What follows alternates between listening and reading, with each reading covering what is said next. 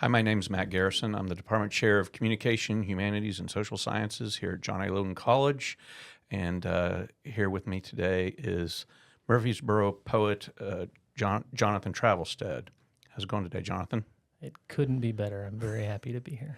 We're so happy you're here too, and thanks so much for your great reading today. We really appreciate it, and hope that was a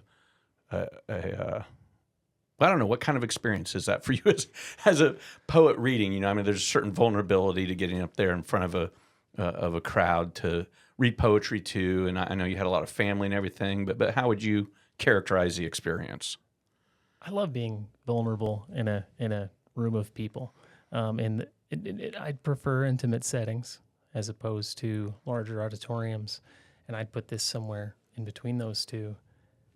I couldn't have asked for better with the audience that seemed like they were tuned in, they were present.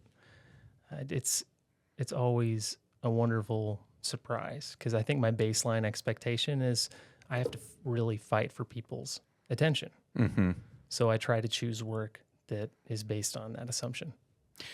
I guess we could maybe expand on the idea of fighting for people's attention as a challenge for poetry in the modern world, kind of writ large, you think? Or I do, honestly, and I try to incorporate some Hollywood elements, and Sure. sometimes that I try not to let it affect the truth of the poem or the idea that the speaker's using to get across, but I also assume everyone has as much attention deficit as I do.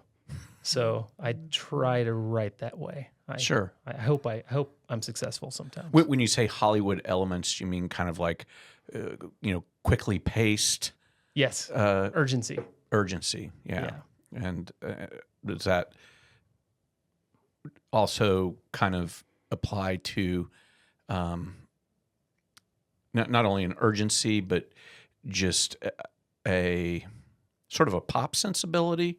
I kind of felt like there was some of that in your poetry. Not like that defines who you are as a poet at all, but with stuff like the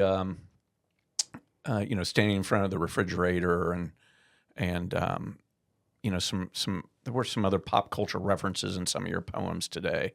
So is that something you think about at all? I think about that a great deal. Do you? I mean, media is constantly losing. All medias that I'm aware of are losing the battle of attention, losing a second at a time every year. So I'm thinking I really have to get this out there and be punchy. And I want to serve the lines. I feel lucky when I've got a poem where there's one line nestled in the middle and it's short and it hits like a hammer. Mm. And I try to get those in there earlier to get people's attention. And with regards to the urgency, I find that the best tool to practice for me is an economy of language. And it's so hard when sometimes other poems or pieces of art someone's working on shouldn't depend on that sensibility. Mm-hmm. So it's hard for me whenever I've got a 5-page poem, when every part of me, what's conditioned from what I read and see, is screaming at me to make it shorter, to ignore that voice. Right. So, yes. It makes me think about a quote I go back to in my own mind a lot from the short story writer Raymond Carver, who was known for writing these very kind of short, pithy, direct short stories. And one time in an interview, the interviewer sort of, I'll say, accused him of being a minimalist. And he said, no, I'm not a minimalist. I'm a precisionist. So I'm always thinking about, my stories have exactly what they need. I'm not trying to tell stories with as little as possible. I'm just trying to tell them with the exact right thing. Is that is my goal, familiar? Is to use precision. But then that's not the only tool in my box I need to use whenever there's such a strong emotive or emotional element, because precision can really work against allowing a listener to be occupied by the intended of emotion. of what's being said. Mm-hmm. So there's such a push-pull between the different tools I try to use in writing. And I want there to be some hurt. I want there to be the typical human range of emotions experienced in a reading. So what you're saying is where one stanza or one poem may be kind of dominated or controlled by this intent on your part to be very precise, but then you need to have the instinct to know in another poem, I need to let this just kind of unfurl and become whatever it is, so that you're not dominated by, a single set of rules or something. Is that? No, exactly. Even within the one poem where there's precision, I still need to pop the cap and let that beer breathe. Yeah. I mean, Right. there's still like a line to break it up in the middle, change short to long lines, change the type of verbiage to a really spare line, maybe an Ernest Hemingway line, Mm-hmm. I don't mean Ernest Hemingway in the sense of bring a shotgun into it or anything, but I apologize. Right. Well, he's another, writer who gets that sort of, has that reputation for, being very short and direct, right? And bringing lots of shotguns, but well, it only took one. Right. Oh yeah, okay. But there's some to pivot off of that moment right there. There's humor in your poetry as well. Like that seems. I hope so. Yeah, I want to bring people back from the gravity of it, because actually outside of doing this work, which I sometimes dangerously define who I am by. Mm-hmm. That's something everyone needs to navigate for themselves as an artist. I forgot the first part of what I was saying. Well, it sounds to me like one thing we're kind of coming up on here with your approach to writing poetry is that you're aware of the contrasts. So we were talking about humor, I think. Yes. Letting a little bit of the air out and the seriousness at times, because if you take your reader or yourself out of a state of anxiety, like when we're standing in front of a microphone and you need to act and you can't leave more than 2 seconds of silence. I mean, that breaks all radio's laws. It's not good performance. So I'm in danger of losing my thread again here. Something just to bring it back to a different tone, and then people can be present in the emotion that's being shared, I'm hoping. Yeah. Let's talk about some of the threads that were apparent in your readings from today. One, to me, would be, well, all of these are just my impression, so please correct me if I'm wrong or getting the wrong impression. Nope, sorry. But work seems to be fairly present in your poetry in a variety of different forms. We have there was the Chernobyl poem, in kind of long narrative form, which I also want to ask you about. There were also, first person prayer poems from the point of views of tools, things like that. So is work something that is kind of front and center for you, or that you think just works its way into your poetry in a more organic, natural kind of way? Well, with my first 2 books, How We Bury Our Dead and Conflict Tours, work was very much, that was the biggest meat of those meals. Mm-hmm. But I wrote my second book, and it was published in 2015. So it's been 10 years.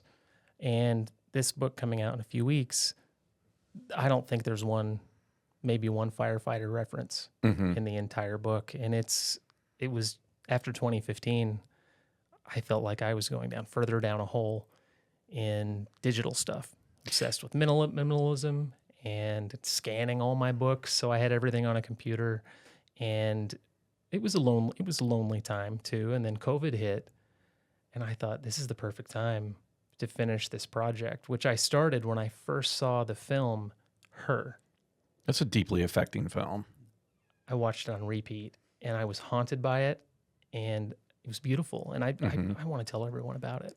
Yeah. So this book really, that was the moment I decided to start working on this. Do you think it's there is something maybe ironic about poems about technology and a love for technology almost. Oh yeah, seems to be in there. Do you feel like that? Well, Puts you at odds with not like other poets are going to reject that or anything, but it just seems a little out of the ordinary. I figure they'll reject, half of them will reject anything. But I mean, I didn't want to write any of these from behind a pulpit. I just want to introduce questions, because there was a time when I could see myself. There was a real line that's autobiographical. I almost think I could fall in love with anyone that knows my search algorithms and has cross-referenced them with my therapist notes. I mean, it's dangerous. It's uncomfortable. It's uncomfortable to say now. Yeah. But I could see it after seeing that film and after, COVID began. And we were just limited by our physical relationships with people. It seems like something that I know for myself, I am often actively trying to distance myself from some of these technological experiences. And I do that beneath the mantle of being like a Gen X kid who, was raised in the outdoors and was wild and free, and why I don't want to, give myself over to, social media or anything like that. But you seem to be doing maybe a more mature job of recognizing the role those things really are playing and who we're becoming, not who we were. I'm trying my best. I'm trying very hard. And I have a 16-month-old, my wife and I, his name's Henry, and just finished reading The Anxious Generation. And one of the many lines in that's echoing within me is that one of the best ways to fight it is to really amp up your living. Live big, live well, live hard. Experiences. And depending on how accustomed you are to posting where you are every second, it's one tool. Yeah. Where you can fight that. And you're always more likely to have meaningful connections with others. Yeah. And you get your dopamine from, making friends instead of clicking. Right. We just made the decision last night, my wife and I, and we're a little bit on the other end of the spectrum from you. You have a 16-month-old. We have a 16-year-old. And we just decided that we're all gonna go to Rome for spring break. Cool.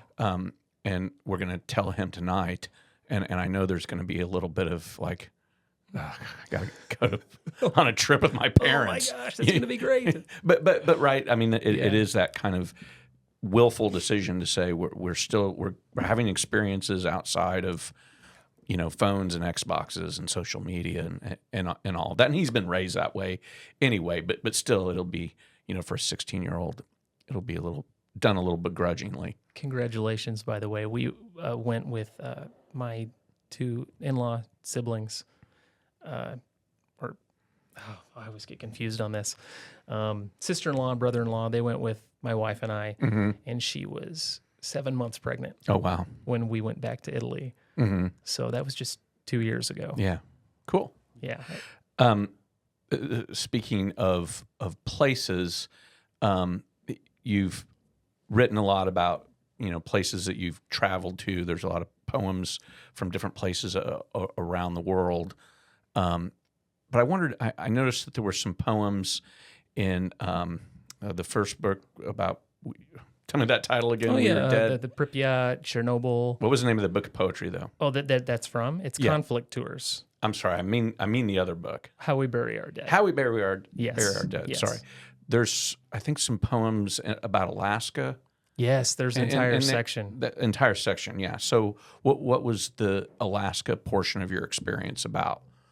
Was that just a decision to go there and live, or? Well, the drive behind the autobiographical part of that to go to Alaska was I came home from Kuwait and my mother had been very sick. She was on her fourth and final cancer. And I just wasn't ready to be by her bedside all the time, which is what that last portion of her life was. That was the reality. Right. And my sisters were there all the time. My dad was there all the time helping, and I couldn't get my head straight. I couldn't. The panic and anxiety just from sitting and facing what was really happening to my mother was too much. So as soon as I got back from Kuwait, I flew to Alaska and I hitchhiked for 3 weeks and met people on couchsurfing.com, which I don't even know if it's a thing anymore. Probably not. And as someone asked earlier about if poems were therapy, I mean, everything in that first book and most in the second definitely began as therapy. And I was able to become intentional when I had enough distance, enough years away from it to say, all right, here's what really happened. What do I want to make of this? Thinking about the therapeutic aspect of writing poetry for yourself, I noticed that in today's readings, by and large, and maybe completely, the poems were written from the first person, and even when you were writing about Chernobyl, you embodied one of those responders, or even when you were writing these prayers from inanimate objects, you were still the object, or the speaker was the object. Is that something that you do out of comfort, you think, or was it just sort of a random selection of things today that happen to be from first person, but that's not necessarily where you always lean? That's an interesting insight. It's the only way I could really feel those things enough to write them. Mm-hmm. And I did imagine myself very much in those perspectives.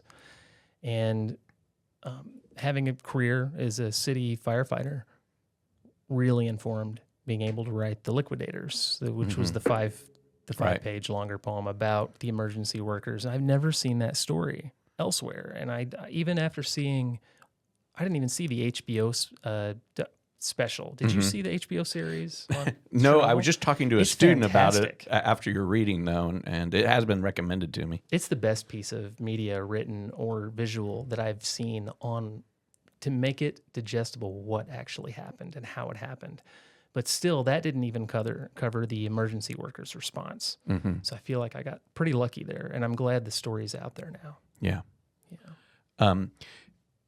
I guess coming back, you've written about Kuwait and Chernobyl and Alaska, but we did notice and appreciate, of course, that your wife was there today. Your dad, I think, some other members of your family were all there. So I'm assuming you are a native Southern Illinois boy. I am. I was really afraid your question was going to be like, next time, can you really tell them to turn it down?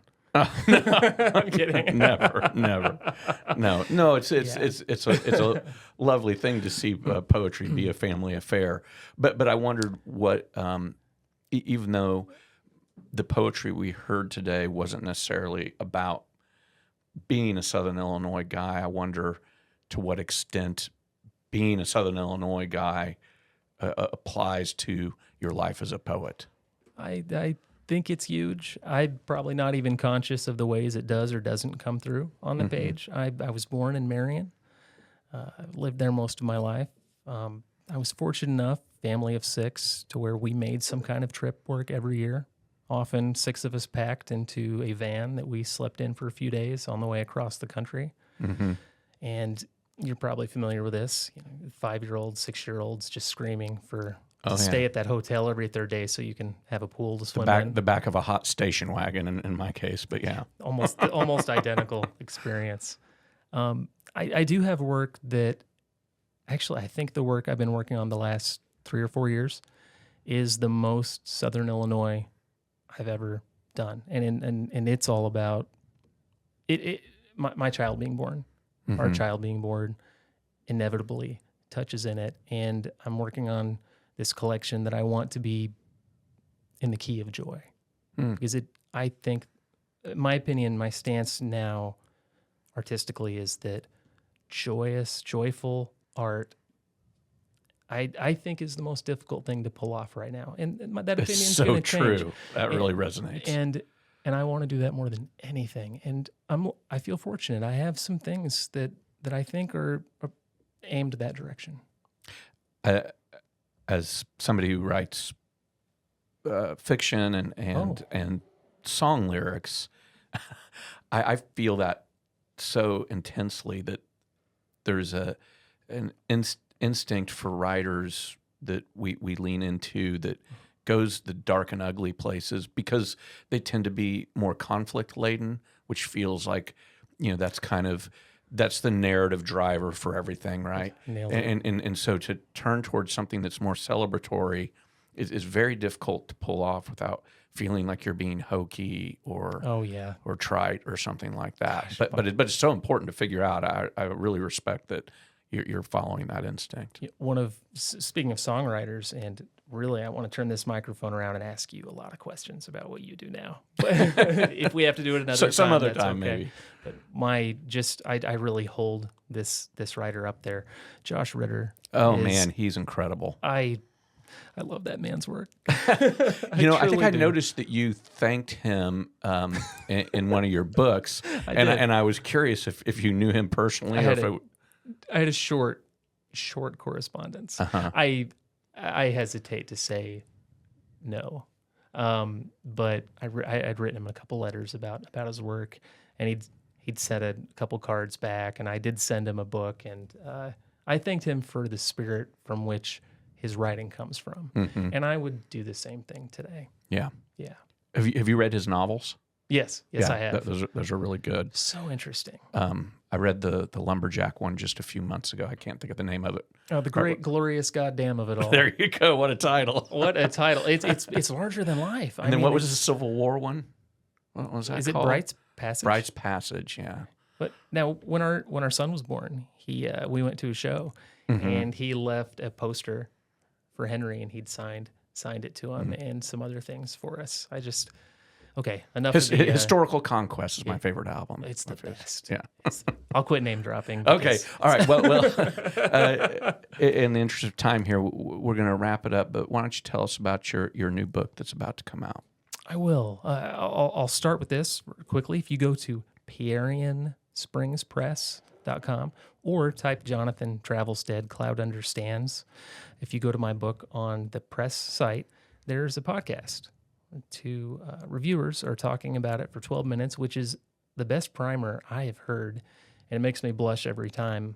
I can't do as well as they do to describe the book, but it's definitely, I hope it makes you ask where we fail in our relationship with technology.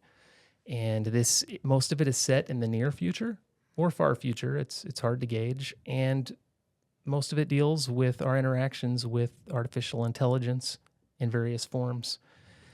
And I think that's it in a nutshell. Cool. And when is that going to become available? It should be February 15th. All right. We're almost there. Yeah. All right. Cool. Well, we'll look forward to it.